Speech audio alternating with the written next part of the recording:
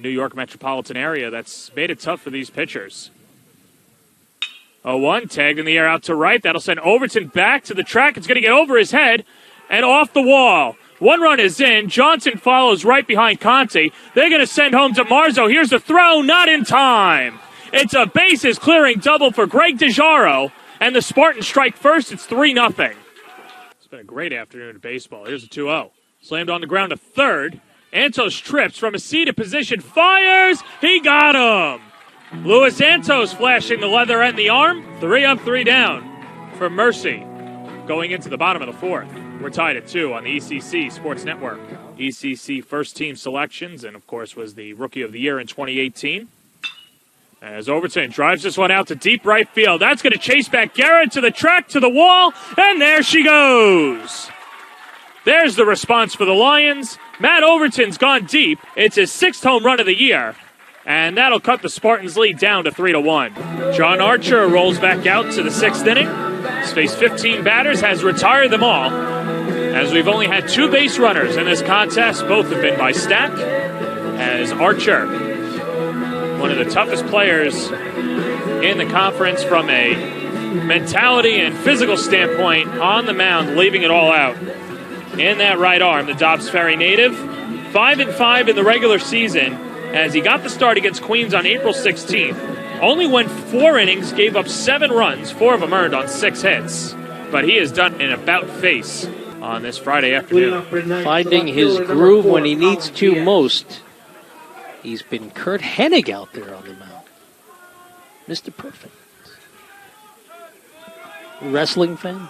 I'm not. Sorry. Colin Diaz will lead it off. Rode half of the 6th inning, takes outside 1-0. Diaz flew out to center, is only at bat in the 3rd inning. And he goes back out to center again. Potenza chasing him back, and that will hang up for him as Potenza took a inauspicious route, but hauls in out number 1. A few steps in, then he realized the ball was carrying out to left center, and he was able to recover in time.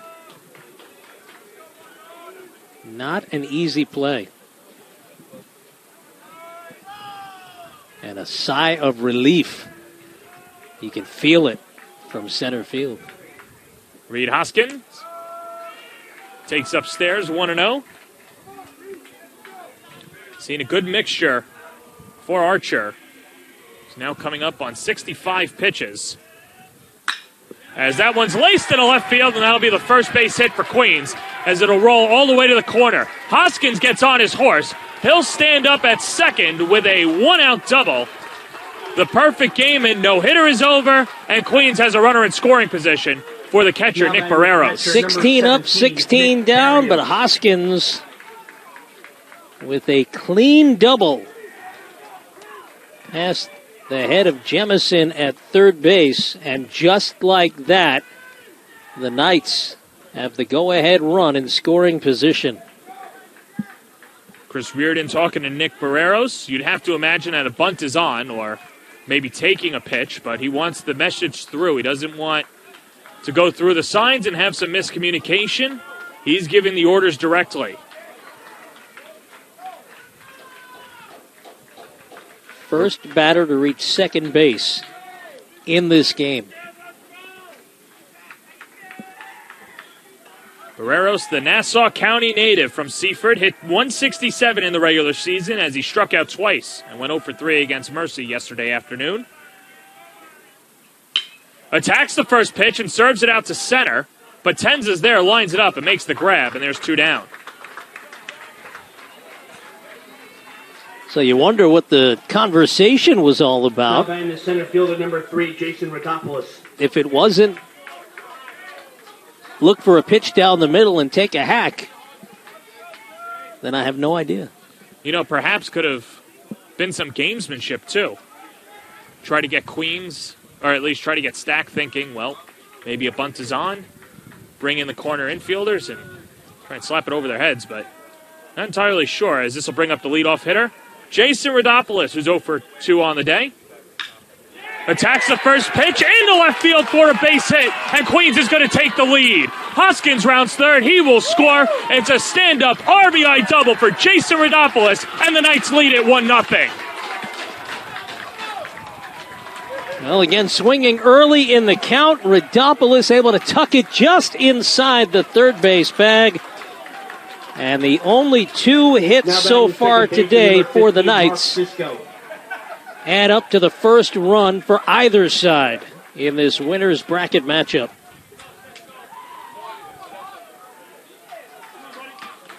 That ball just over the bag, goes all the way to the corner. Hoskins did not have the best speed coming into this game, but where it was placed, he could waltz home.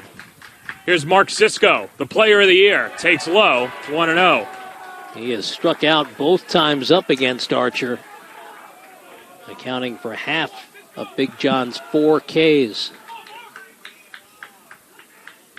And this is the interesting part of the game for both pitchers as they face the lineup now multiple times. Check swing, no go as Minette will have to hold on to it. He blocked it, but the ricochet went too far. And that allows Rodopoulos to move up 90 feet. And Minette wisely ate that one. You don't want to risk a throw to get away, and that would allow a second run to score. We'll see John Michael Guarino, the pitching coach, make a slow walk out to the mound. He'll bring Billy Minette from behind the plate and all 4 infielders to join him on the hill. And, Mark, you'd have to imagine that this is just calming down Archer and trying to keep this at a 1-0 game, as Queens has figured him out here in the 6th inning. You've got a base open.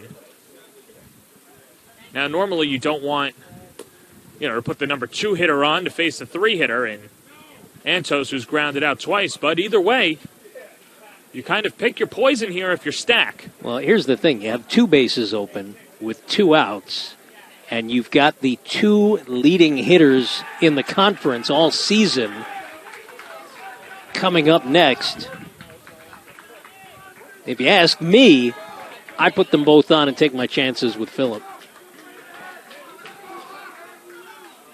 Well, Minette crouches behind the plate, so it won't be an IBB. Here's a 2-0. Breaking ball grooved in for a strike, 2-1. Of course, the gutsy move is to say, go after these guys and make a statement. Well, if there's anybody who's had guts, it's been Big John Archer. Looking to keep this a 1-0 lead for Queens. 2-1 pitch. That one hit in the air. Deep left field. Chasing back Conti to the track, to the wall. There it goes. A 2-run shot for the player of the year, Mark Sisko, and Queens takes a 3-0 lead. That's the 10th home run of the year for Sisko. The freshman playing well beyond his years with the tomahawk chop to boot. Got a hanger and jumped all over it. Now batting the third baseman, number 9, Lou Antos. And now Archer really has to bear down, try and get this last out here in the 6th.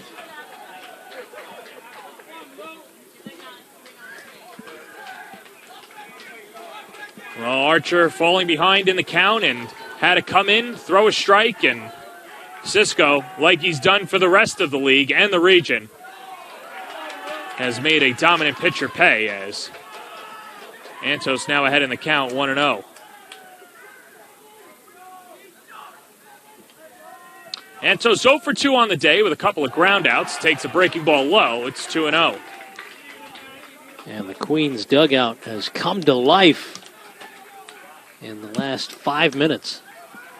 I don't think there's a louder group of young men as that pitch is outside, 3-0. And the reason I say that is when I've done a few basketball games this year, they would always show up, and in a cavernous gymnasium are always the loudest. Here's a 3-0. Fastball in for a strike, 3-1. And Archer's really got to bear down here.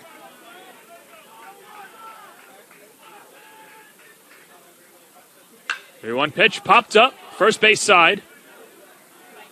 This is Johnson taking charge and makes the catch on the outfield grass. But Queen strikes first. First, it was an RBI double by Jason Rodopoulos, and Mark Sisko with the big blow, a 2-run home run to give Queens a 3-0 lead. Headed to the bottom of the 6th inning on the ECC Sports Network.